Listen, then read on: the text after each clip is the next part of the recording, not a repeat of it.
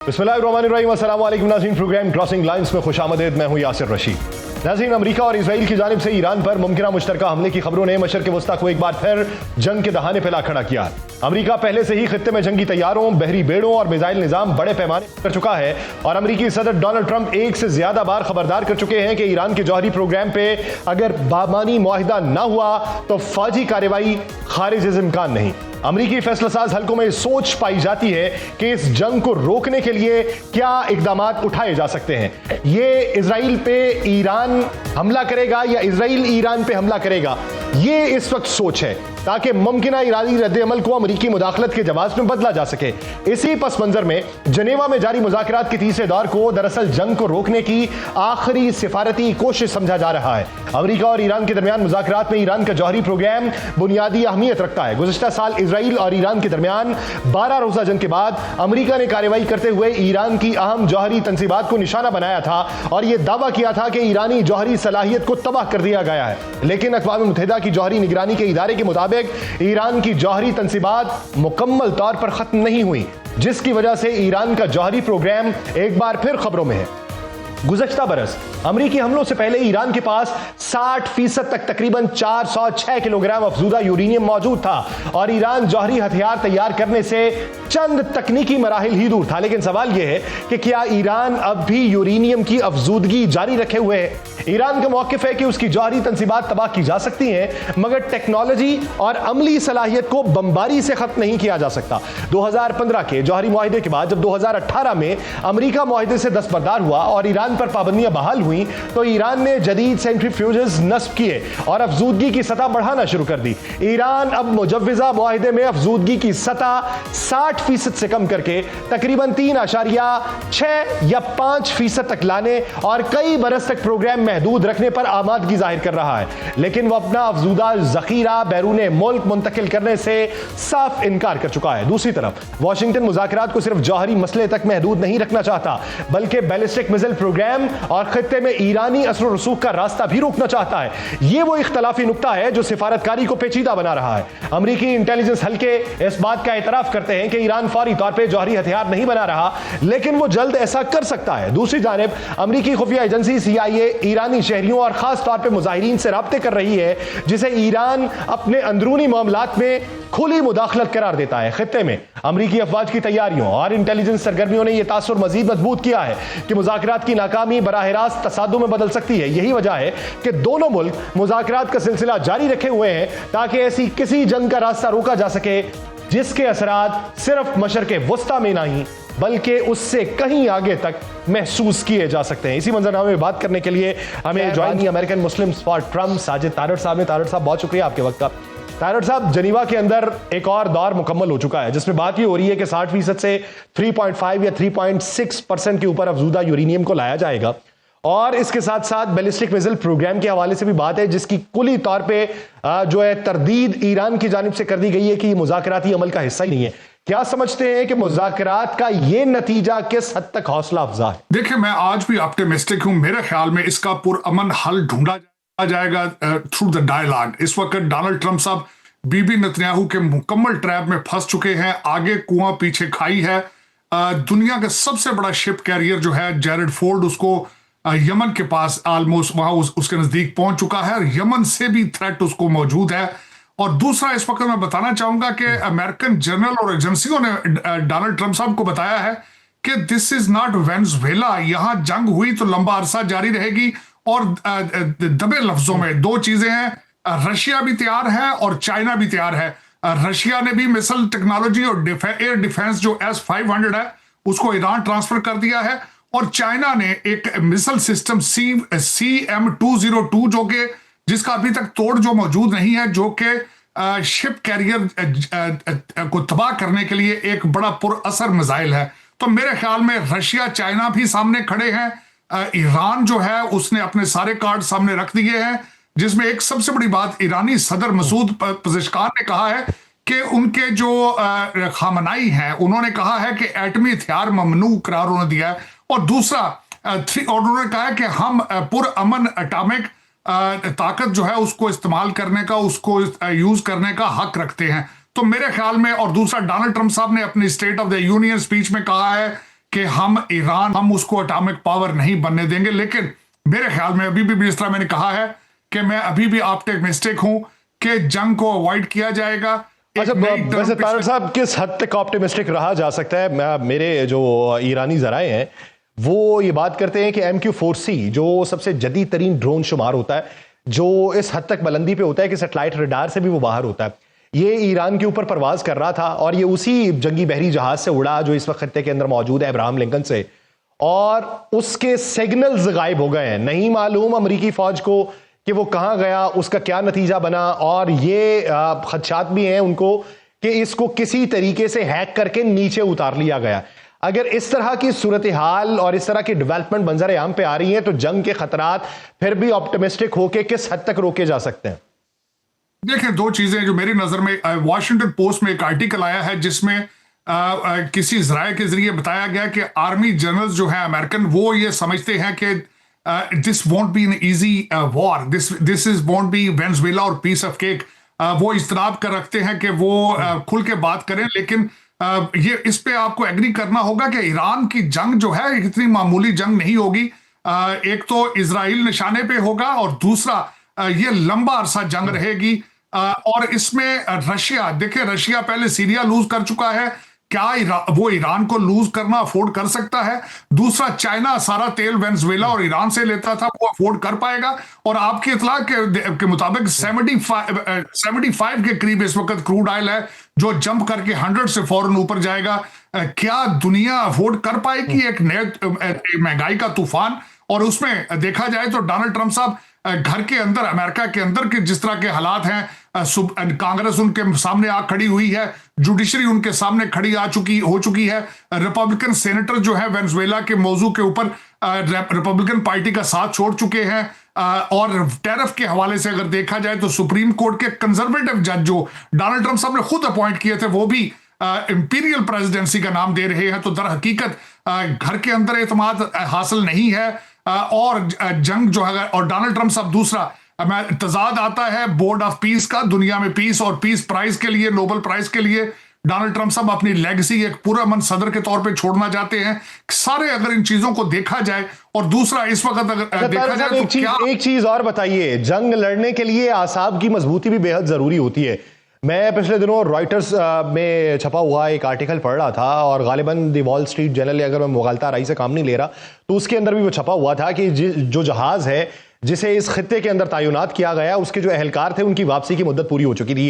ये जो 6 महीने की तैनाती होती है, उनके 6 माह पूरे हो चुके थे। अब उस तैनाती को बढ़ा के 11 माह तक कर दिया गया है। वो जहाज भी फंक्शनल एतबार से बहुत ज्यादा ठीक नहीं चल रहा, क्योंकि उसकी मेंटेनेंस भी दरकार होती है। और बाद में जो बात सुनने को मामूली लगती है कि वॉशरूम्स जो हैं वो इस वक्त बंद हो चुके हैं, 650 के करीब उसके अंदर जो मौजूद हैं।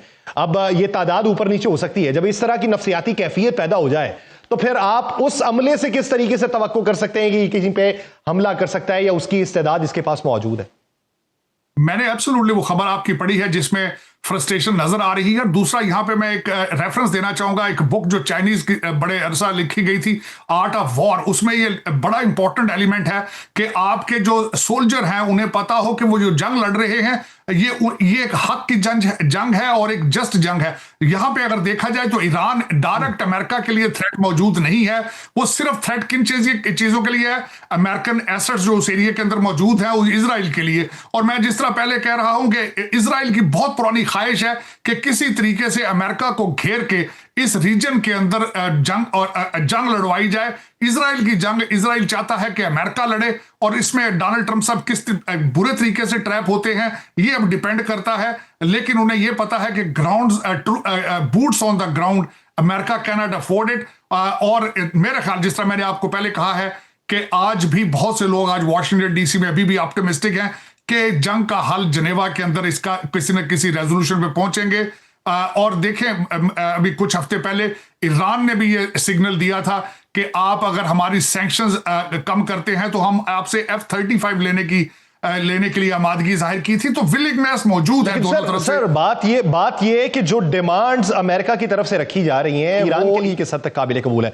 वॉल स्ट्रीट जर्नल ने कुछ देर पहले ये बात कही है कि क्लेम की है कि इसके अंदर ये कहा गया कि ईरान से मुतालिबा किया कि 400 किलोग्राम जो अफजूदा यूरेनियम है वो अमेरिका के हवाले कर दिया जाए, और फिर यह कहा कि जो फर्दो का है और नतनाज का उनका जो रिएक्टर प्लांट है और एस्फहान की जो तंसीबात है उसको मुकम्मल तौर पर खत्म कर दिया जाए, तेहरान के अंदर जो है सिर्फ उसको बरकरार रखा जाए।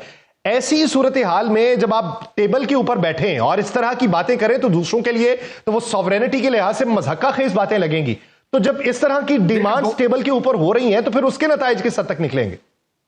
देखिए, दो चीजें टेबल पर डोनाल्ड ट्रंप साहब की तरफ से, प्रेसिडेंसी की तरफ से ऑफर की गई थी। एक नया वर्ड आया था टोकन एनरिचमेंट, जिसमें उन्होंने उनमें एडमिट किया था कि वो किसी ना किसी हद तक एनरिचमेंट के लिए एग्री करेंगे। और दूसरा एक और बात टेबल पर मौजूद है कि अगर जो उनके पास एक्स्ट्रा एनरिचमेंट मटेरियल मौजूद है वो रशिया के हवाले किया जाए। तो ऐसी चीजें they are on the table at the moment. लेकिन दोनों पार्टीज को ये देखें, अगर मैं पर्सनली देखूं तो ये जंग ईरान के फायदे में जाती है कि अपनी मर्जी की टर्म्स जो है वो डिस्कस करें। उन्हें भी पता है कि America cannot sustain another war. देखें, $350 बिलियन अभी ईरान में अगले दिन वो फेंक कर गए हैं। अफगानिस्तान में $140 बिलियन अफगानिस्तान के अंदर अमेरिका लूज कर चुका है। वेनेजुएला का तेल अभी तक वो मार्केट में नहीं बेच चुका। तो कई फ्रंट्स के ऊपर जंग छेड़ना इतना आसान नहीं है। मेरे ख्याल में डोनाल्ड ट्रंप साहब इज्तनाब करेंगे। मैं I am still optimistic and I hope I am correct, I am right on this point. अच्छा सर, जो बातें चल रही हैं कि इजराइल मुमकिना तौर पे ईरान पे हमला कर सकता है, क्या ये कयास आराइयां हैं, प्रेशर टैक्टिक हैं, या दीवाने के जहन की इख्तराई से कही जा सकती है, या फिर आप समझते हैं कि पसे पर्दा अजाइम कुछ ऐसे भी हैं? देखिए, इस वक्त F-35 इजराइल जा चुके हैं, जो कि बिल्कुल तैयारी, उड़ेंगे तो इजराइल से उड़ेंगे, क्योंकि उस रीजन के अंदर दूसरे ममालिक हैं, उन्होंने अपनी सरजमीन इस्तेमाल करने से इज्तनाब किया है। लेकिन इस वक्त मैं जो अगर रियलिस्टिक बताऊं, डोनाल्ड ट्रंप साहब को जरा सोचना होगा, प्रेसिडेंट ट्रंप को, क्योंकि इस वक्त बीबी नेतन्याहू जो है वो बहुत अनपॉपुलर है इजराइल के अंदर। वो चाहते हैं कि कोई ऐसी जंग छिड़े जिससे उन्हें ऑक्सीजन मिले। लेकिन यहां पे और भी कई टेक्निकल चीजें हो रही हैं।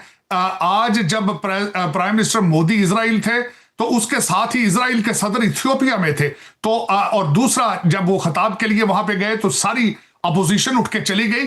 तो Bibi Netanyahu is very weak in Israel और उन्हें जंग चाहिए। अब देखें वो इसमें किस हद तक कामयाब होते हैं। लेकिन ये अगर जंग होती है तो ना अमेरिका के लिए अच्छा होगा और ना अमेरिका के लिए बिलखसूस प्रेसिडेंट ट्रंप के लिए अच्छा नहीं होगा। Israel will be winning in this thing और ईरान के लिए भी अच्छा होगा कि जो जंग हो अपनी मर्जी की टर्म्स तय की जाए और प्रेशर से बचा जा सके। लेकिन मेरे ख्याल में फिर भी कोशिश करनी चाहिए कि आप देखें कि जंग के बगैर ही मसाइल हल हों।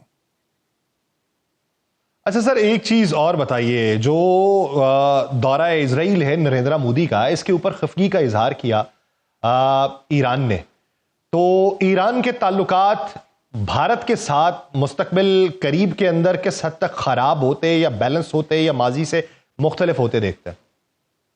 देखिए, ईरान अपने आप को बिल्कुल साइडलाइन कर चुका है इंडिया से, भारत से।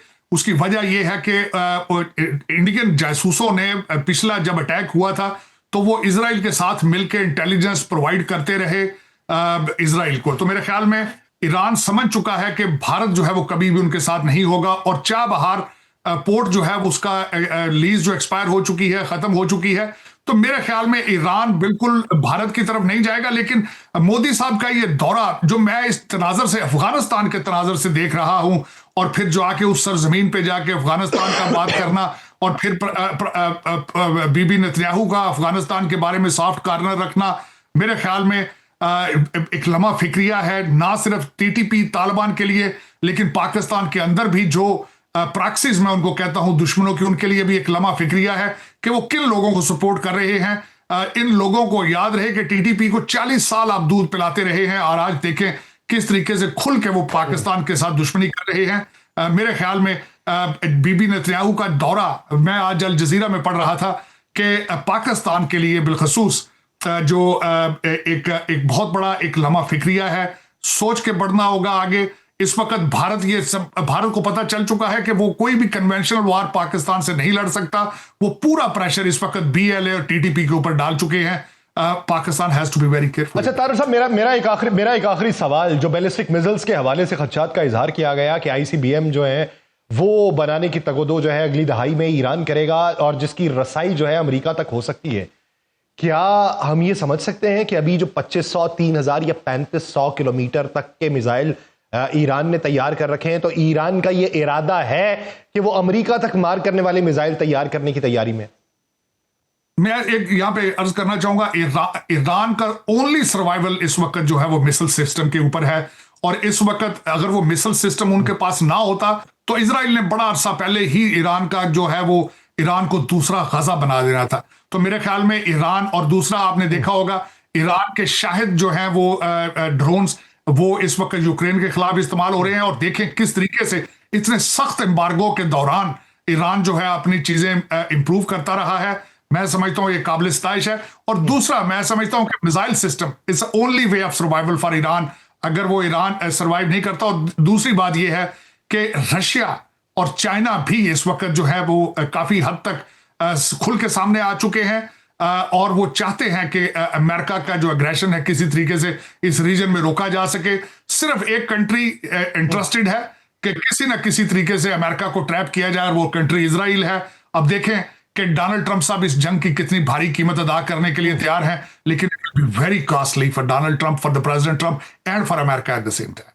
डोनाल्ड ट्रंप के लिए इसका खमियाजा भुगतना जो है वो बहुत मुश्किल होगा, और किस हद तक इसकी कीमत अदा की जा सकती है। ये एक ट्रैप है जो इजराइल का है, जिसके अंदर डॉलर फंसे हुए हैं। लेकिन ईरान की पोजीशन इस वक्त ये है कि वो अपनी मर्जी की बात मनवा सकता है। बहुत शुक्रिया साजिद तारिर साहब इस हवाले से अपना वक्त देने के लिए। नाज़रीन, दिगर इश्यूज़ पे बात करेंगे एक शॉर्ट ब्रेक के बाद, कहीं नहीं जाएगा। सुनिएगा। Welcome back. नाज़रीन, पाकिस्तान और अफगानिस्तान के दरमियान गुज़श्ता चंद रोज से बढ़ती हुई कशीदगी ने वाज़ेह कर दिया है कि पाकिस्तान अब अफगानिस्तान से दहशतगर्दों की दरअंदाजी मजीद बर्दाश्त नहीं करेगा। पाकिस्तान का मौक़िफ़ है कि हालिया फ़ज़ाई कार्रवाई में अफगानिस्तान के सूबों नंगरहार, पख्तिया और खौसत में कलअदम तहरीक तालिबान पाकिस्तान और दाइश खुरासान के ठिकानों को निशाना बनाया गया।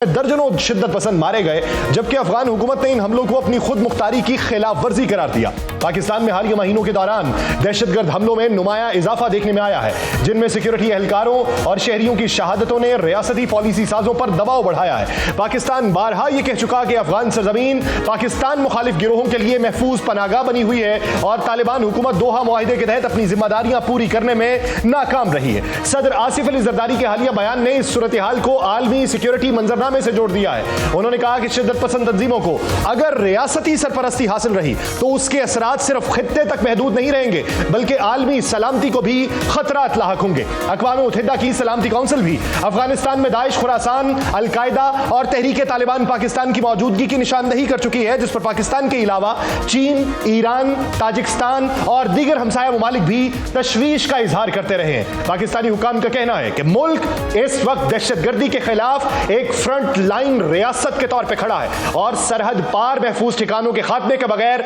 दाखिली इस्तेहकाम मुमकिन नहीं। और ये गिरोह इलाकाई और आलमी सलामती के लिए मुश्तरका खतरा बन रहे हैं। लेकिन सवाल यह है कि क्या अस्करी दबाव मसले का देर पा हल साबित हो सकता है? मुबस्सरीन के मुताबिक अफगानिस्तान में हुकूमत की तब्दीली या बराह रास्त तसादुम खित्ते को मजीद अदम इस्तेहकाम की तरफ धकेल सकता है। पाकिस्तान अफगानिस्तान में बज़ाहिर मुकम्मल रजीम चेंज की बजाय तालिबान हुकूमत से यह चाहता है कि वो टीटीपी और दीगर दहशतगर्दों के खिलाफ कार्रवाई करे और उनके महफूज ठिकानों को खत्म करे। दोनों ममालिक के दरमियान बदएतमादी इस हद तक बढ़ चुकी है कि सिफारती राब्ते तकरीबन खत्म हो चुके हैं, जबकि तजारत और सरहदी आमदोरफ्त भी शदीद मुतासिर हो रही है। अफगान तालिबान की जानिब से जवाबी कार्रवाई की गीदड़ भभकियों ने सिक्योरिटी खदशात में इजाफा किया है। अस्करी माहिरीन के मुताबिक अफगान तालिबान की फजाई सलाहियत पाकिस्तान के मुकाबले में महदूद है, लेकिन वो ड्रोन हमलों, सरहद पार कार्रवाइयों या पाकिस्तान के अंदर सरगर्म शिद्दत पसंद गिरोहों के जरिए दबाव बढ़ाकर अपने मुमकिना रद्द-ए-अमल जाहिर कर सकता है। पाकिस्तान ने मुख्तलिफ सिफारती फॉरम्स, मुज़ाकराती अमल में अफगानिस्तान में बरसर इक़्तिदार अफगान तालिबान को ठोस शवाहिद पेश किए, मगर अफगान तालिबान दहशतगर्द गिरोहों की मौजूदगी तस्लीम करने पर तैयार नहीं। दोनों मुल्कों के दरमियान इस वक्त बदतरीन सिक्योरिटी डेडलॉक है। अगर बैक चैनल सिफारतकारी बहाल ना हुई तो सरहदी झड़पें बड़े पैमाने पर सिक्योरिटी बहरान में तब्दील हो सकती हैं। इसी मंजरनामे में बात करने के लिए हमें ज्वाइन किया एक्स एम्बेसडर जावेद हुसैन साहब ने। जावेद साहब, बहुत शुक्रिया आपके वक्त का।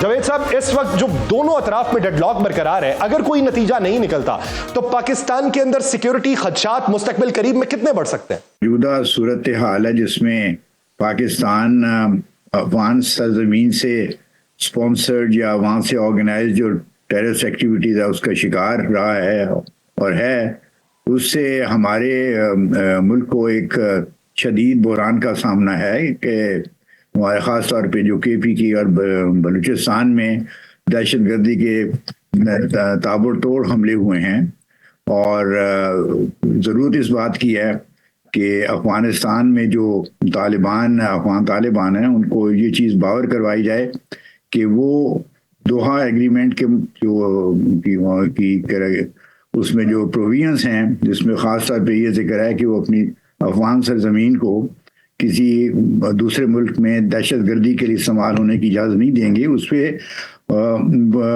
सख्ती से उस पर अमल पैरा हों और दहशतगर्दी के किसी दूसरे मुल्कों में ख़ास तौर पर पाकिस्तान में दहशतगर्दी की जो गिरोह हैं उनको अपने मुल्क से ऑपरेट करने की इजाज़त ना दें। अब ये सवाल तो असूली तौर पे है, इस पे तो कोई दो राय नहीं हो सकती कि ये हमारी असूली पोजीशन होनी चाहिए। और इसके अगर फर्ज किया इसमें अगर अफ़गान तालिबान की तरफ से जैसे अभी तक हमें जो कोऑपरेशन और ताउन मिलना चाहिए था वो नहीं मिला और उसी वजह से अब मुल्क में पिछले ख़ास तौर पे चंद महीनों में दहशतगर्दी के वाक़यात में बेपनाह इजाफा हुआ है। अब सवाल यह है कि इस ख़तरे को, इस थ्रेट को किस तरह से फेस किया जाए। तो एक तो है एक काम जो हमारी हुकूमत ने किया है कि जहाँ ज़रूरत पेश आई है तो काइनेटिक एक्शन और उससे जो वहाँ पे दहशतगर्दों के ठिकाने हैं जहाँ वो ऑर्गेनाइज करते हैं। लेकिन बसत एहतराम सर, ये सादा सी बात जो अफगान तालिबान की जहन के अंदर नहीं आ रही जब उन्हें ये बताया जा रहा है कि इस तरह खिते का अमन तबाह होगा, जब उन्हें ये बताया जा रहा है कि दाखिली सलामती के ऊपर खदशात होंगे, जब उन्हें ये बताया जा रहा है कि आपके अपने मुल्क के अंदर अनारकी होगी, जब हमने उन्हें ये बताया कि वस्ती एशियाई ममालिक तक आपकी रसाई महदूद हो जाएगी, आपकी मईशत को नुकसान पहुंचेगा, तो ये सादा सी बात जो समझाने की कोशिश हम भी कर रहे हैं, दुनिया के सिफारती चैनल्स के ऊपर बैठे हुए बहुत सारे और लोग कर रहे हैं, तो ये सादा सी बात उस अजहान के अंदर समो क्यों नहीं रही? उसकी कई वजूहत हैं। एक तो यह है कि हमें ये समझ लेना चाहिए कि जो ग्रोह जो हैं टेररिस्ट ग्रोह वहाँ से ऑपरेट कर रहे हैं वो सारे हमें ये समझना चाहिए अफगान तालिबान की मर्जी से नहीं कर रहे हैं। मसलन पिछले दिनों में जो यहाँ पे वाक़यात हुए हैं इस्लामिक ISK यानी जो इस्लामिक स्टेट खुरासान है उसके स्पॉन्सर्ड और ऑर्गेनाइज टेररिस्ट एक्टिविटीज़ जहाँ पे पाकिस्तानी सरजमीन में हुई हैं। एक तो यह जहाँ तक TTP का तल्लक है उसका बाहर हाल वो अफगान तालिबान से गहरा तल्लक है और मैं नहीं समझता कि वो अफगान तालिबान की मर्जी के बगैर या कम अज़ कम उनकी कनाइवस तो नहीं कहना चाहिए लेकिन कम अज़ कम उनकी उन्होंने उसको इजाज़त तो दी हुई है या उनको ऑपरेट करने के लिए एक लिहाज से वो they are looking the other way when they are operating here. तो इसका एक तो ये हमें अब खाली काइनेटिक एक्शन काफ़ी नहीं है, हमें इसके साथ साथ जो सफारती जो कम्युनिकेशंस हैं और बहुत फॉर्मल और इनफॉर्मल दोनों रास्तों को, दोनों कम्युनिकेशंस को खोलना चाहिए। हमारे मुल्क से ऑफिशियल्स विजिट्स के अलावा जो हमारे मजहबी रहनुमा हैं, हमारे स्कॉलर्स हैं, जो मुख्तलिफ एथनिक किस्म के कम्युनिटीज़ हैं, उनके जो रहनुमा हैं उनके और जो उनके काउंटर पार्ट्स हैं अफगानिस्तान में उनके साथ राब्ते दोबारा कायम करने चाहिए। जावेद साहब आप ये देखिए कि जब मुख्तलिफ फॉरम्स के ऊपर हम उनसे बातचीत कर रहे थे, दोहा के अंदर मुज़ाकरात चल रहे थे, तो उन्हीं दिनों के अंदर दहशतगर्दी की जो सर्ज है वो पाकिस्तान के अंदर बढ़ी है। अब सिर्फ TTP तो मौजूद नहीं है, BLA को भी पनाह वही दे रहे हैं, उनके ट्रेनिंग कैंप्स भी वहीं पर मौजूद हैं, उसके भी शवाहिद मिलते हैं। भारत से जो है वो फंडिंग भी इस ज़िमन के अंदर ली जाती है। अब तो इजराइल के साथ नेक्सस के हवाले से इतलात मंजर आम पे आना शुरू हो गई हैं। तो जब दहशतगर्दी इतने बड़े पैमाने पर एक्सपोर्ट होने लगे तो क्या सिर्फ इससे सरफे नजर किया जा सकता है कि ये बात कह के अपनी जान छुड़ा ली जाए कि हमारा तो इनके ऊपर दस्तरस नहीं, हमारा तो इनके ऊपर कंट्रोल नहीं, हमारे लिए तो ये गैर ममनुआ इलाके बन चुके हैं और हम यहाँ पे जाने की जसारत भी नहीं कर सकते, हमारे अपने अंदर अनारकी फैली हुई है। जब इतने महाजों के ऊपर हमने बातचीत को तरजीह देके भी लाशें उठाए हैं तो हमारे पास फिर आखिरी ऑप्शन क्या बचता है? ये ऑप्शन आपके पास दो ही बचते हैं कि फौजी ताकत के साथ साथ आप गैर फौजी जो अपनी आपकी पास जो पॉसिबिलिटीज हैं, ऑप्शंस हैं, उनको भी इस्तेमाल करें। इसके अलावा आपके पास और कोई चारा नहीं है। अगर आप फौजी देखें, हमें समझ लेना चाहिए कि अफगानिस्तान ऐसी जगह है जहाँ पे अमेरिकन ऑक्यूपेशन 20 साल रहा और उन्होंने फौजी ताकत का बहुत भरपूर इस्तेमाल किया और उसके बाद 20 साल के बाद वो जिस गवर्नमेंट को उतार के गए थे वही गवर्नमेंट दोबारा काबुल में बरसर इक़्तिदार आ गई।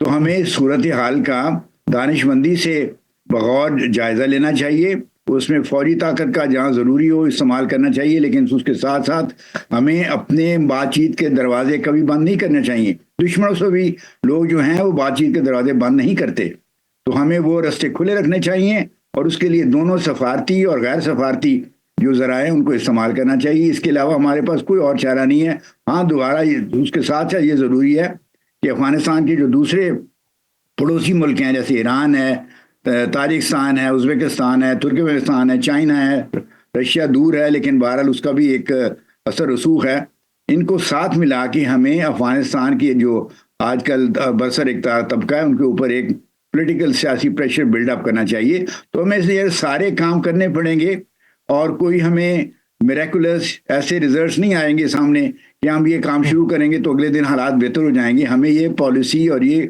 एफर्ट्स कंटिन्यू करनी पड़ेगी काफ़ी अरसे के लिए। उसके साथ साथ हमें अपने मुल्क के अंदर भी ऐसे बंदोबस्त करना पड़ेगा कि जिससे दहशतगर्दी के वाक़यात जो हैं उनको बड़ी इफ़ेक्टिव तरीके से काउंटरएक्ट किया जा सके और उसके साथ साथ हम अपने मुल्क में जो एक सियासी इस्तेकाम है उसको भी मजबूत करें। अच्छा जावेद साहब, जिस तरीके से जवाबी हमला करने की धमकी जो है अफगानिस्तान ने दी है, हालांकि जिस जगह पे हमले हुए वहां पे बैनुल अक़वामी जो खबर रसाई इदारे हैं उनको रसाई तक नहीं दी गई, तो जवाबी हमले से मुराद क्या लिया जा सकता है? कितनी इस्तेदाद है अफगानिस्तान की? किस तरह का जवाबी हमला हो सकता है या किस एक्ट को हम उनका जवाबी हमला कंसीडर करेंगे? देखिए, उन्होंने जवाबी पहले पिछले एक साल में एक दो वाकयात हुए हैं जिसमें उन्होंने बॉर्डर पर फायरिंग की और हमारी चेक पोस्ट जो मिलिट्री पोस्ट थी उनको नुकसान पहुंचाया। उसमें कुछ हमारे जवान और दूसरे शहीद भी हुए।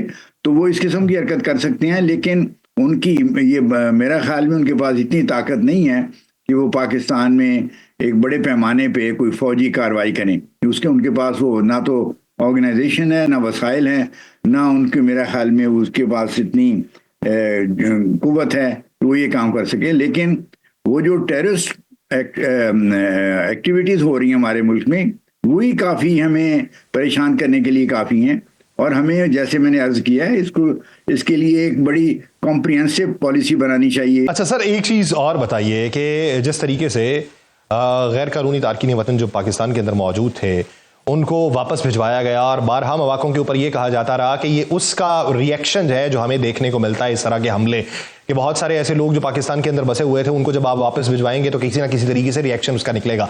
ईरान के अंदर भी पनागुज़ीन कैंप्स मौजूद है। 12 रोज़ा जंग के बाद ईरान ने भी उन लोगों को वापस अफगानिस्तान भिजवाया। ईरान के अंदर तो उस तरह का कोई रिएक्शन हमें देखने को नहीं मिला, तो पाकिस्तान और ईरान का मंजरनामा मुख्तलिफ क्यों था? हमारे जो बॉर्डर की एरियाज हैं उनका मंजरनामा ईरान के मंजरनामे से मुख्तलिफ है। हमारे यहाँ जो एथनिक कम्युनिटीज़ हैं बॉर्डर पे दोनों तरफ आबाद हैं और अगर एक साइड पे कुछ हमला होता है या कोई परेशानी होती है तो उसके असरात दूसरी तरफ होते हैं। ये सूरत हाल ईरान और अफगानिस्तान के बॉर्डर पे नहीं है। वहाँ पे कोई ऐसी कम्युनिटी नहीं है जो आधी इधर आबाद हो और आधी दूसरी साइड पे आबाद हो। तो हमें इस ज़मीनी हकीकत को नज़रअंदाज नहीं करना चाहिए। तो ये ज़मीनी हक़ाइक़ जो हैं पाकिस्तान अफ़गानिस्तान के दरमियान और ईरान और अफ़गानिस्तान के दरमियान मुख्तलिफ हैं, इसलिए उनकी सूरत हाल भी मुख्तलिफ है। अच्छा सर, आप क्या समझते हैं? आपने मुख्तलिफ ममालिक के नाम लिए, आपने उज़्बेकिस्तान, ताजिकिस्तान, ईरान का तज़किरा किया। सबसे ज़्यादा मुअस्सर कार्ड कौन सा हो सकता है? यानी अगर किसी एक सिफारती चैनल को अप्रोच करने की कोशिश की जाए तो क्या चाइना इसके अंदर किरदार ज्यादा अदा कर सकता है या ईरान कर सकता है या ताजिकिस्तान या उज़्बेकिस्तान? मेरे ख्याल में किसी एक मुल्क का नाम लेना तो मुमकिन नहीं होगा। इन सब ममालिक के साथ मिलकर हमें काम करना पड़ेगा और हम पहले कर रहे हैं और हमें वही उस एफर्ट को मज़ीद आगे बढ़ाना होगा। ये सारे ममालिक जो हैं इनके अपने अफ़गानिस्तान में बड़े स्ट्रॉन्ग इंटरेस्ट हैं। ये सब ममालिक ये चाहते हैं कि अफ़गानिस्तान की सरजमीन दहशतगर्दी के लिए, दूसरे ममालिक में दहशतगर्दी के लिए इस्तेमाल ना हो। इससे मसलन पिछले दिनों मैंने ये खबर आई थी कि ताजिकिस्तान में कुछ चीनी ऑफिशियल जो हैं उनके ऊपर भी हमले हुए। तो इसलिए ये कॉमन इंटरेस्ट है और इन सब ममालिक की कॉमन इंटरेस्ट यही है कि अफगानिस्तान में जो हुक्मरान तबका है उनको इस चीज़ पे पाबंद और आमादा किया जाए कि वो इफ़ेक्टिव एक्शन लें उन ग्रोहों के ख़िलाफ़ जो अफगानिस्तान की सरजमीन को दहशतगर्दी के लिए, दूसरे ममालिक में दहशतगर्दी के लिए इस्तेमाल कर रहे हैं। सर ये देखिए ना कि रशिया ने इब्तदाई तौर पे इस अफगानिस्तान को जो है अप्रोच किया और इसको तस्लीम किया, लेकिन अब तो उनका भी फॉरेन डिपार्टमेंट ये बात कर रहा है कि यहाँ से दहशतगर्दी जो है वो फैल रही है, तो इसका कला कमा होना चाहिए, इस बारे में हमें तशवीश है। तो ये जो बदलती रिवायात है, ये बदलती सोच है, इसका पैमाना किस हद तक वसी होगा? ये इसमें तो हमारी अपनी एफर्ट भी होनी चाहिए। हमें इन सब ममालिक के साथ अपना तावन का दायरा वसी करना चाहिए। इस्लामाबाद में मसलन इन सब ममालिक की meeting, high level meeting, foreign minister level की मीटिंग होनी चाहिए जिसमें इस मसले के ऊपर गौर व फिक्र करके और कोई तो आगे एक लाया अमल वज़ा करना चाहिए। या फिर हमारे जो सरकर्दा रहबर हैं उनके, या हमारे जो सरकर्दा अफसरान हैं या फॉरेन मिनिस्टर साहब हैं या उनके सिक्योरिटी साइड के भी जो हमारे ऑफिसर्स हैं, उनको भी इन मुल्कों में विजिट करना चाहिए और खित्ते के उन ममालिक को भी बीच में इन्वॉल्व करना चाहिए, किरदार है जो उनसे नुमाया कर सकते हैं। दोनों तरफ अफहाम तफहीम के हवाले से उन ममालिक के साथ राबिते करके इस मसले का हल निकाला जा सकता है। बहुत शुक्रिया जावेद हुसैन साहब इस हवाले से अपना वक्त देने के लिए। नाज़रीन, दीगर इश्यूज पे बात करेंगे एक शॉर्ट ब्रेक के बाद, कहीं नहीं जाएगा। Welcome back. नाज़रीन, खैबर पख्तूनख्वा की सरजमीन गुज़श्ता 2 दहाइयों से एक ऐसी जंग का मरकज बनी हुई है जिसमें दुश्मन वाज़ेह नहीं मगर खतरा मुसलसल मौजूद है। दहशतगर्दी के खिलाफ इस तवील और सब्र आजमा मार्के में अगर किसी इदारे ने फ्रंट लाइन पर रहते हुए रियासत की रट को बरकरार रखा है तो वो केपी पुलिस है, जिसने फितना उल खवारिज के दहशतगर्दों के सामने हथियार नहीं डाले बल्कि जान की परवाह किए बगैर मुकाबला जारी रखा। दहशतगर्दी तो खतरा है ही, बल्कि सूबाई सतह पर सिक्योरिटी हिकमत अमली की कमजोरी और हुकूमती तरजीहात ने भी सूरत हाल को खराब करने में नुमाया किरदार अदा किया। गुज़श्ता चंद दिनों के दौरान कोहाट, करक, बाजोड़ और बन्नू में पुलिस और फेडरल कांस्टेबलरी को दहशतगर्द हमलों में निशाना बनाया गया और 3 रोज के अंदर 16 से जायद पुलिस एहलकार शहीद हुए। ऐसे वक्त में कि जब सूबा दोबारा अदम इस्तेहकाम की तरफ बढ़ रहा है, दहशतगर्दी के वाकयात में इजाफा हुआ है, तो केपी हुकूमत अमन व अमान को तरजीह देने की बजाय पॉलिटिकल सरगर्मियां भी जारी रखे हुए हैं। जमीनी हकायक ये बताते हैं कि दहशतगर्दी के बढ़ते खतरात के बावजूद सूबाई पुलिस और काउंटर टेररिज्म डिपार्टमेंट की इस्तेदाद कार बढ़ाने के लिए कोई मौसर इकदाम नहीं किए गए। एदाद शुमार ये बताते हैं कि सिर्फ 2025 में केपी पुलिस के 125 एहलकार शहीद हुए और 326 जख्मी हुए, जबकि 2026 के इब्तदाई 2 माह में ही 40 से ज्यादा एहलकार अपनी जानों का नजराना पेश कर चुके हैं। इन हालात में भी सूबाई पुलिस की बड़ी नफरी वीआईपी प्रोटोकॉल के ऊपर तैनात है। एक रिपोर्ट के मुताबिक 6000 से ज्यादा पुलिस एहलकार सिर्फ वीवीआईपी की सिक्योरिटी पर मामूर है, जबकि दहशतगर्दी से मुतासरा जिला मालाकंड, बन्नू, कोहाट, मर्दान और डीआई खान में पुलिस की नफरी गैर मामूली तौर पर कम है। 2010 से 2025 के दौरान वफाकी हुकूमत ने सूबे को दहशतगर्दी की रोकथाम के लिए तकरीबन 708 अरब रुपए फराम किए, लेकिन ये वसाइल जदीद टेक्नोलॉजी, तरबियत और इदारा जाती बेहतरी पर मौसर अंदाज में इस्तेमाल न हुए। ना सीसीडी की इस्तेदाद कार में इजाफा हुआ। सीटीडी की ऑपरेशनल नफरी इस वक्त सिर्फ 3200 एहलकारों पर मुश्तमिल है, जो दहशतगर्दी से सबसे ज्यादा मुतासरा सूबे के लिए इंतहाई नाकाफी है। सूबाई हुकूमत की गैर संजीदगी या संजीदगी का आलम यह है कि उसने वो बुलेट प्रूफ गाड़ियां भी विफाक को वापस कर दी जो उसे पुलिस एहलकारों के तहफ़्फ़ुज़ के लिए फराहम की गई थी, जिससे एहलकारों की जानें मजीद खतरात से दोचार हुई। सूबाई हुकूमत के फैसलों से पुलिस की इदारा जाती खुद मुख्तारी भी मुतासिर हुई। 2024 में ग्रेड 18 और उससे ऊपर के पुलिस अफसरान के तकर्री और तबादली का इख्तियार पुलिस चीफ से वापस लेके वज़ीर आला को मुंतकिल कर दिया गया, जिसके बायस पुलिस की पेशा वराना कारकर्दगी मुतासिर हुई। अब वक्त क्या है कि सूबाई हुकूमत अपनी तरजीहात पर नजरसानी करे, क्योंकि ऐसा ना किया तो फितना उल खवारिज के खिलाफ जारी ये जंग मजीद पेचीदा और तवील हो सकती है, जिसकी कीमत एक बार फिर पुलिस एहलकारों और आम शहरियों को अदा करना पड़ेगी। इसी बारे में बात करने के लिए हमें ज्वाइन किया है डिफेंस एक्सपर्ट, चेयरमैन जवानाने पाकिस्तान है और बहुत गहरी नजर रखें खित्ते की सूरत हाल के ऊपर और बैनुल अक़वामी सतह के ऊपर, लेकिन अफगानिस्तान की सूरत हाल के ऊपर इनका तजिया बहुत मौसर माना जाता है। अब्दुल्ला गुल साहब हमारे साथ मौजूद है। गुल साहब, बहुत शुक्रिया आपके वक्त का। गुल साहब, मौजूदा जो सूरत हाल है, जहां पे अफगान हुकूमत भी जवाबी कार्रवाई की धमकी दे चुकी है, फितना उल खवारिज की कार्रवाइयों के असरात जो है वो हम भुगत रहे हैं, बहुत सारी और तंजीमें जो है वो पाकिस्तान के दर पे हुई पड़ी हैं, तो मौजूदा सूरत हाल में केपी जो पुलिस है उसकी इस्तेदाद कार के हवाले से आप क्या आरा रखते हैं? रहमान रहीम, बहुत बहुत शुक्रिया यासिर साहब, आपने मुझे मदऊ किया। और जो आपने बातचीत की है, यकीन माने कि पूरे पाकिस्तान के दिल की आवाज़ है और बहुत तकलीफ होती है ये बातें सुन के। लेकिन कोई बात नहीं, पाकिस्तान हमारा मुल्क है, हम इसके लिए कुर्बानियाँ भी देंगे। खैबर पख्तूनख्वा की पुलिस को सलाम पेश करते हैं, उन शोहदा को सलाम पेश करते हैं, जो फ्रंटियर कांस्टेबलरी के लोग हैं उनको सलाम पेश करते हैं। लेकिन प्रॉब्लम यहाँ नहीं है, प्रॉब्लम यहाँ ये है कि शहीद तो हो रहे हैं वो लोग, और वो अपने मादरे वतन के लिए जाने कुर्बान कर रहे हैं, उसकी सेफ्टी, सिक्योरिटी और सोवरेनिटी के लिए। लेकिन मसला यहाँ ये है कि खैबर पख्तूनख्वा के वजीर आला और उनकी कैबिनेट जो है और उनकी जो वहाँ हुकूमत है, उनकी तरजीहात के अंदर उन लोगों के, उन शुहदा के लिए जनाजा पढ़ने का टाइम नहीं है। कमाल यह है कि वो लोग आज कोहाट के अंदर जिस तरह से वाकयात पेश आए, डीएसपी साहब समेत जो है वो दीगर लोग शहीद हुए। फिर इसी तरह से करक के अंदर वाकया पेश आया जिसके अंदर पुलिस वैन के अंदर जो है लोगों को जला दिया गया। 5 एहलकार थे और ये तमाम के तमाम पश्तून लोग थे।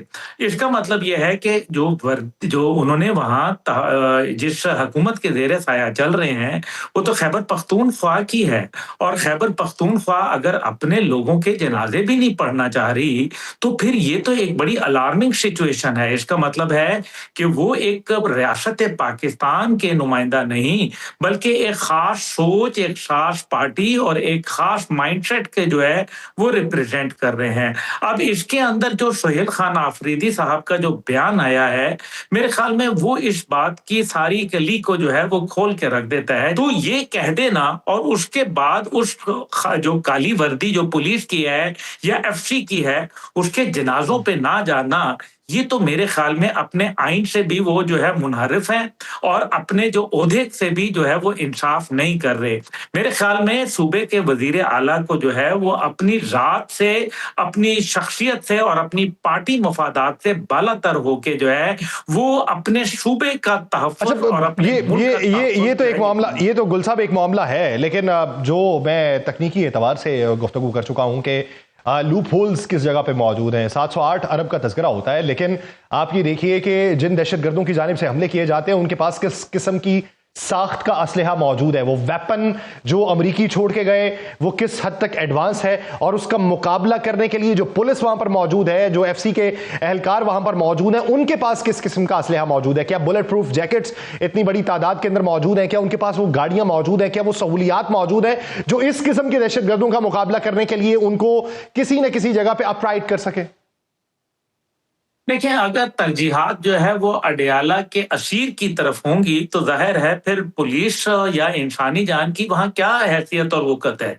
आपको याद होगा अली अमीन गंडापुर साहब वजीर आला थे और उस टाइम पे 150 से ज्यादा जो लोगों को जो है वो जलाकर और मार के जो है वो राख कर दिया गया था पाराचनार के अंदर। लेकिन वो इस्लामाबाद पे चढ़ाई कर रहे थे और वो अडयाला की तरफ जो है मार्च करने की गुफ्तगू कर रहे थे। देखें, जब वफाक ने उनको गाड़ियां दी, बुलेट प्रूफ गाड़ियां दी कि आप अपने पुलिस एहलकार की हिफाजत के लिए इसको जेर इस्तेमाल लाएं, आज अगर वो वहां मौजूद होती तो शायद बहुत सारी जानें जो थीं वो बच सकती थीं, शायद बहुत सारे जो वाकयात और वारदातें थीं वो नाकाम हो सकते थे।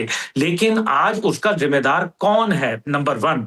नंबर 2 ये है कि जो 708 अरब रुपए दिए गए आखिर उनका हिसाब कौन देगा? ये हिसाब मांगते हैं, हम इनसे हिसाब पूछना चाहते हैं, हम इनसे हिसाब मांगते हैं। सूबे की पुलिस इनसे हिसाब मांग रही है। एक एक वक्त के अंदर देखें, जरूर सूबा जो है वीवीआईपी प्रोटोकॉल के लिए जरूर लोगों को तैनात करे, कोई शक व शुबा नहीं है इसमें, लेकिन उसके लिए फिर अलहदा फोर्स जो है वो डिक्लेयर करे जो कि खास प्रोटोकॉल के लिए और खास ट्रेनिंग हासिल हो उनको जो है वो गार्ड ड्यूटी की।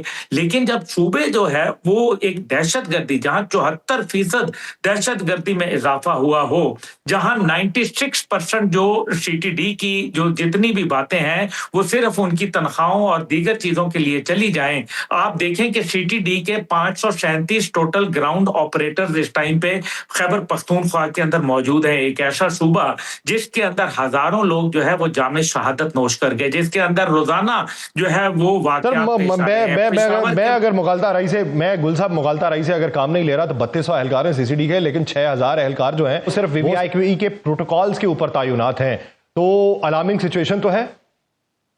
नहीं, मैं जो बात कर रहा हूँ तो मैंने कहा ग्राउंड ऑपरेटर्स की बात कर रहा हूँ, जिन्होंने ग्राउंड पे इस तरह से, तो आपको पता है एहलकार में पीए भी मौजूद है, उनका जो चपड़ासी है वो भी मौजूद है, ड्राइवर भी है। अब वो लोग तो नहीं है। ग्राउंड ऑपरेटर से मुराद ये है कि जो काउंटर टेररिज्म डिपार्टमेंट के अंदर जो दहशतगर्दों के खिलाफ कार्रवाई करते हैं, मैं उनकी जिक्र के बात कर रहा हूँ। देखिए, अब मकसद यहाँ यह है कि जो सूबे को मॉडर्नाइजेशन की जरूरत है, जिस तरीके से उनको एंटी ड्रोन सिस्टम चाहिए, जिस तरीके से उनको नए वेपन चाहिए, जिस तरीके से उनको ड्रोन के साथ जो है वो उनको मैपिंग करनी है, और साथ ही साथ जो है जिस तरीके से मॉडर्नाइजेशन के अंदर इलेक्ट्रॉनिक वॉरफेयर का इस्तेमाल है, ये तमाम सारी चीजें जो है ये आखिर सूबा कब प्रोवाइड करेगा। ये सूबे के पास पैसे मिलते हैं, वफाक उनको मदद करता है, एनएफसी के अंदर उनको हिस्सा दिया जाता है, तमाम सूबे जो है मिल के दहशतगर्दी के खिलाफ जो है अपने अपने हिस्से में से सूबा खैबर पख्तूनख्वा के लिए एक फंड जो है वो अलहदा बनाते हैं। उसके बावजूद अगर यहाँ ये सूरत हाल है और के जनाब डीआई खान के अंदर जो है सुबह जो फजर से मतलब नमाज असर से लेके सुबह फजर तक जो है लोग बाहर नहीं निकल सकते, पुलिस बाहर नहीं निकल सकती। पिशावर के मज़ाफ़ात के अंदर जो है रोजाना पुलिस के ऊपर जो है हमले हो रहे हैं, रोजाना पुलिस को निशाना बनाया जा रहा है। और वजीर आला की तरजीहात और उनकी काबीना की तरजीहात पे तो आप ये अंदाजा कर लेना कि उनके जो वो मुशीर खास हैं वो ये फरमाते हैं कि तालिबान में कुछ दहशतगर्द हैं। भाई आप ये शफी जान साहब ये फरमा दें कि वो दहशतगर्द कौन है और जो नहीं है दहशतगर्द उनकी भी लिस्ट आप दे दें, ताकि हमें पता चल जाए कि टीटीपी के अंदर ये लोग जो है वो दहशतगर्द हैं, ये नहीं। अच्छा, यहाँ बात खत्म नहीं होती। ये यासिर साहब एक बड़ी खतरनाक बात जो है वो 12,000 एकड़ अराजी के ऊपर अफीम की काश्त है, जहां तकरीबन 25 लाख एकड़ जो है वो आमदन होती है, जिसका तीसरा हिस्सा जो है वो तालिबान को जाता है, दहशतगर्दों को जाता है, जो कि तकरीबन 9 अरब रुपया सिर्फ पिछले साल बना है। और जब वजीर आला से पूछा जाता है तो वजीर आला साहब फरमाते हैं कि ये तो हमारा कारोबार है। और मजे की बात यह है कि इसके अंदर ज्यादातर अराजी जो है वो उनके जिला खैबर के अंदर और जिला तीरा के अंदर मौजूद है। और तीरा के लोग जो थे, आपको याद है अभी कबायली जिरगा हुआ, उसमें वो फट पड़े, उन्होंने कहा 4 अरब रुपए से ज्यादा की सिर्फ तीरा के हद तक जो है वो करप्शन के स्कैंडल है। लेकिन सूबाई वजीर आला की तरजीहात जो है वो इस टाइम पे सिर्फ रियासत मुखालफ में है। वो उनको जो है अफवाज पाकिस्तान की तकलीफ जो है वो खाई जा रही है, उनको जो है वो अडियाला के हवाले से फिक्र है, वो अडियाला के हवाले से एक रिहाई फोर्स। अच्छा, गुल साहब आप क्या समझते हैं कि इस सूरत हाल के अंदर कितनी नफरी है जिसको फौरी तौर पर बढ़ाने की जरूरत है, कितना असलहा है जिसको मॉडर्नाइज करने की जरूरत है, और एक अंदाजे के मुताबिक उस पर खर्च कितना होगा? देखें, जो इस टाइम पे सूरत हाल है वो तो बड़ी मेरे ख्याल में हैरान कुन है, क्योंकि सूबे को ना सिर्फ बॉर्डर के ऊपर तकरीबन 1200 किलोमीटर का अफगानिस्तान का बॉर्डर है, जहां से उनको मुश्किलात का जो है वो सामना करना पड़ रहा है। नेशनल एक्शन प्लान के ऊपर वो अमल नहीं कर रहे, जिसके नतीजे में नाहक जो है वो लोग जामे शहादत नोश कर रहे हैं। सूबे का जो इस टाइम पे बजट का है, मेरे ख्याल में जो इस टाइम पे पुलिस की नफरी है उसको जितनी अभी मौजूद है उसमें तकरीबन आधों आध का इजाफा जरूरी है। ये वक्त का तकाजा है, क्योंकि सूबे में 74% दहशतगर्दी जो है वो बढ़ चुकी है, और साथ ही साथ जो है वो मजीद इसमें इजाफा होता चला जा रहा है आए दिन। तीसरी जानिब जो है वो मॉडर्नाइजेशन की बात है, तो वो जो मॉडर्न इक्विपमेंट और खास तौर पे जिस तरह से मॉडर्न पुलिसिंग सिस्टम्स हैं दुनिया में, उनको सामने लाते हुए जो है वो सूबे को अपनी जो पुलिस है उसको इलेक्ट्रॉनिक वॉरफेयर के हवाले से भी जो है वो तैयार करना पड़ेगा, उसको उसका इंटेलिजेंस नेटवर्क ब्रॉड करना पड़ेगा, उसको जो है काउंटर टेररिज्म डिपार्टमेंट जो है उसको मजबूत और मुस्तहकम करना पड़ेगा। और उसके लिए उनको नए जो जदीद तरीके हैं जिनमें एआई जनरेटेड जो है वो ग्राफ्स हैं, इसी तरीके से उसके अंदर इलेक्ट्रॉनिक वॉरफेयर जैसे मैंने गुजारिश की, उसके अंदर फिर इनको स्ट्रैंगुलेशन ऑपरेशंस करने पड़ेंगे, इंटेलिजेंस बेस्ड ऑपरेशंस जो हैं उसके अंदर इजाफा करना पड़ेगा, उनको बुलेट प्रूफ गाड़ियां और बुलेट प्रूफ वेस्ट चाहिए ताकि उनकी जानें बचाई जा सके। मॉडर्न जो उनको हॉपिंग जो इसके अंदर वायरलेस सिस्टम है वो चाहिए, ताकि जो है वो पुलिस की जो वायरलेस सिस्टम्स हैं उनको लोकेट ना किया जा सके और उनके ऊपर पिन पॉइंट तरीके से हमला ना किया जा सके। इसी तरीके से मैं समझता हूं सूबे को हेलीकॉप्टर का इस्तेमाल करना चाहिए पुलिस को, ताकि हेलीकॉप्टर के जरिए जो है मॉनिटरिंग को जो है बेहतर किया जा सके और क्वाडकॉप्टर्स के जरिए जो है वो ऐसी जो ऐसी जगहें हैं जो कि मेरे ख्याल में टेररिस्ट की जहां ज्यादा नकलो हरकत देखी जाती है वहां उनको ड्रोन्स का इस्तेमाल जरूरी है और इसी तरीके से उनको जैमिंग इक्विपमेंट चाहिए। ये वो सारी चीजें हैं जो मेरे ख्याल में इस टाइम पे वक्त का तकाजा है, लेकिन क्या करें कि सियासत इस टाइम पे ज्यादा जरूरी है, रियासत के अंदर उनको दिलचस्पी नहीं है। अच्छा गुल साहब, मेरा एक आखिरी सवाल जो मैंने डिस्कस किया इब्तदाई के अंदर भी कि 18वीं ग्रेड से जो ऊपर के ऑफिसर्स हैं उनका इख्तियार तबादले का तकर्रुर तबादले का वाईजी से लेके वज़ीर आला को दे दिया गया। ये बहुत बड़ा इशू है, नॉर्मल इशू है, या फिर आप ये समझते हैं कि ये इख्तियार का जो लिया जाना था ये बेहतरी की अलामत थी? ये इंतहाई जुल्म है। मेरे ख्याल में ये आईजी को बिल्कुल महदूद करना, आईजी की चेन ऑफ कमांड को जो है वो डिस्टर्ब करना और आईजी की जो पोजीशन है उसको कॉम्प्रोमाइज करना, कमजोर करना और ये बताना कि तुम हमारे वफादार होगे, अगर तुम मेरे वफादार होगे, जाती रियासत पाकिस्तान के नहीं, तुम इस वर्दी के वफादार नहीं, बल्कि तुम जाती तौर पर एक पार्टी के वर्कर होगे, तो फिर हम तुम्हें जो है तुम्हारी मर्जी का तबादला जो है वो हम करेंगे, तुम्हें प्राइज पोस्टिंग्स मिलेंगी। मेरे ख्याल में फिर इसके बाद तो आईजी को वहां रहना ही नहीं चाहिए, क्योंकि अगर आईजी के पास ये इख्तियार नहीं है तो फिर आप मुझे खुद बताएं यासिर साहब कि किस तरीके से कोई आईजी का हुक्म मानेगा। अगर आईजी जो है किसी को ट्रांसफर नहीं कर सकता, किसी की जो है प्रमोशन नहीं कर सकता, किसी की अपॉइंटमेंट नहीं कर सकता, किसी की सर्जनिश नहीं कर सकता, तो फिर वो आईजी जो है वो उसको बेहतर है डेकोरेशन पीस के तौर पर रख लें। ये जानबूझ के किया गया है। आपको याद होगा कि 810 मिलियन का पहले भी स्कैंडल आया था जहां 1284 सोशल मीडिया वॉरियर्स इन्होंने भरे थे और वो उन्होंने टाइगर फोर्स के तौर पर बनाई थी और कहा था कि जनाब ये सोशल मीडिया वॉरियर्स हैं, और वो सारा पैसा वो खा गए थे। यानी तरजीहात में तब्दीली लाना होगी और पुलिस को जदीद खुतूत के ऊपर उस्तवार करना होगा। बसूरत दीगर हम यूं ही लाशें उठाते रहेंगे, नुकसान भुगतते रहेंगे, तो तरजीहात में तब्दीली बेहद जरूरी है। बहुत शुक्रिया अब्दुल्ला गुल साहब इस हवाले से अपना वक्त देने के लिए। नाज़रीन, प्रोग्राम का वक्त खत्म हो जाता है, मुझे दीजिए इजाजत, आपसे मुलाकात होगी पीर के रोज। अपना बहुत सा ख्याल रखिएगा। अल्लाह निगहबान।